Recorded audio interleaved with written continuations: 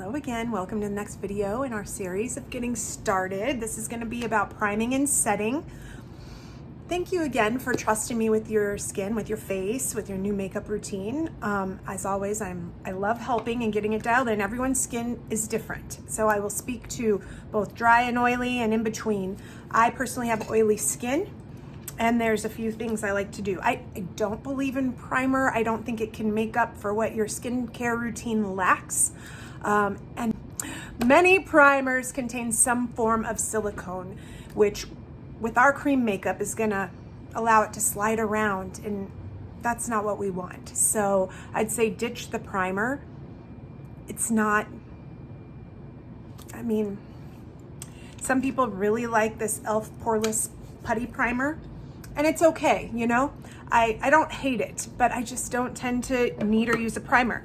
With this makeup, there might be an adjustment period depending on if you have dry or oily skin, on whether or not you need to moisturize before using it. If you have dry skin, you might find that this cream makeup is enough for you. If you have oily skin, you may find you might not want to moisturize at all until your skin adjusts. I do my skincare routine at night with all the things and a very luxurious moisturizer, which is our Saint cream. And in the daytime, now that my skin is more adjusted to our cream makeup, I do moisturize, but I use a light moisturizer. So I will cleanse, I will use whatever serum I need for what I have going on with my skin. I can help with that. I'm not an esthetician, but I have looked into a lot and experimented a lot with skincare on different skin types. So I'm happy to help with that. One thing after I cleanse, I tone, use a serum, or often I'll just use real aloe jelly. Don't get a lot of ingredients. I like this one, but you pick the one you want. This one is very pure. It makes a great primer actually for oily skin. I mean, you know, it preps your skin really well and your makeup really adheres to it, and it doesn't like deplete, you know, your natural moisture or anything like that. Is really nourishing. So you can use this or a serum, a light moisturizer. You'll have to play around with that, whether or not you'll need the moisturizer. Definitely a sunscreen. Let me talk about sunscreens for a second. A lot of sunscreens have silicone in them too. So of course we want to protect our skin from the harmful rays, right? So we'll do that with a sunscreen that actually works well with our makeup. I have a few favorites. A lot of people, this is a fan favorite, use some form of Supergoop unseen sunscreen. There's now a glow version that I hear is great. I haven't tried, but these kind of have a primer feel actually and work really well with our cream makeup. That's the one I used today, and I already put it on, so whoopsies. I've had a lot of luck with the CeraVe Retinol Skin Renewing Day Cream with SPF 30. This works really well, and it's very light, so it's not too emollient for us oily skin gals. This is a little more emollient. It is a Super C and Retinol SPF 30 from Strivectin. I can still use it, but I just have to set, you know, really well, because it is a little more hydrating for us or oily skin gals. So those are just a few of my favorites. You'll play around, or you can ask me if you want some guidance. But once you put your sunscreen on, I'd say let it soak in for at least 5-10 minutes, whatever time you got. And then how I like to prep my skin for the makeup is by spraying my setting spray on my face.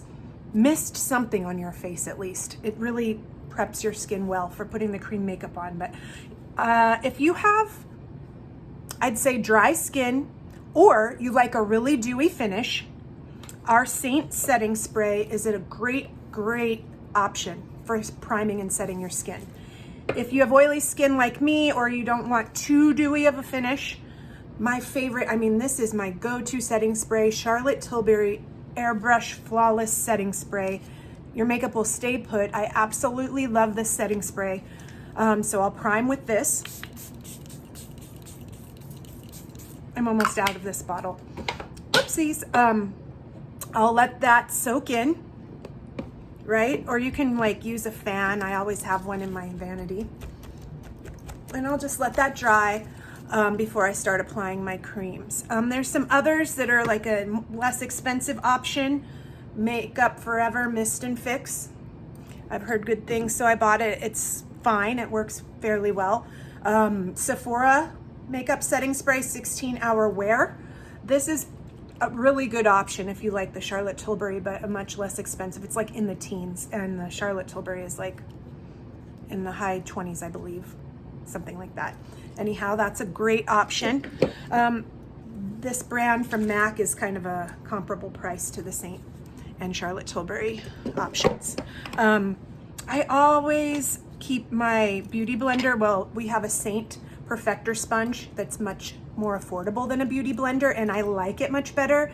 You use it damp, not wet, not dry. When it's dry, it's smaller. When it's damp, you squeeze all the moisture out into a clean towel. It like doubles in size and it becomes like a fluffy cloud, and you can either press your setting spray in with it just to make sure it gets everywhere, or save it for later because it's really great at blending your makeup or picking up any excess product so it doesn't settle in your fine lines. So more on this Perfector sponge later, but it's a great tool.